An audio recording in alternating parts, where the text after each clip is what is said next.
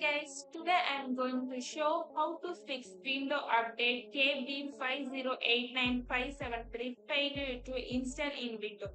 So guys, please turn on the CC for subtitles. Open settings. Enter into the window update. Check for updates. If the update is stuck, keeps failing or showing an error code in the installations, follow this step carefully.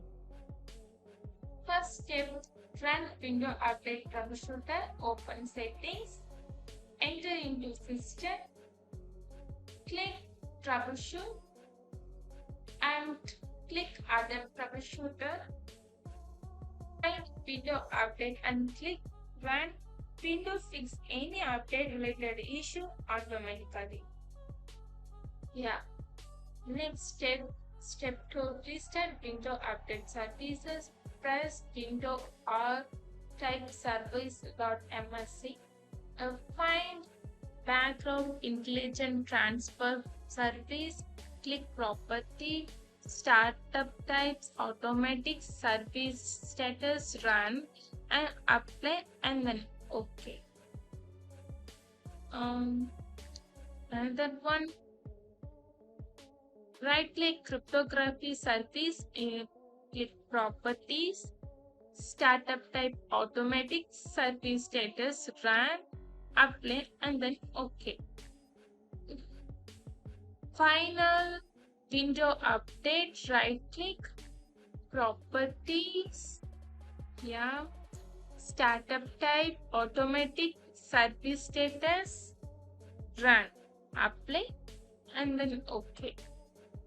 Then close. Third step, reset window update cache, open command prompt, run as administration.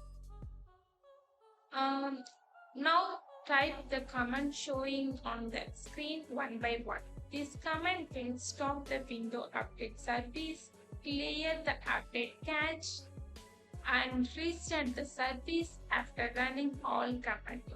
Restart your computer, try installing the update again.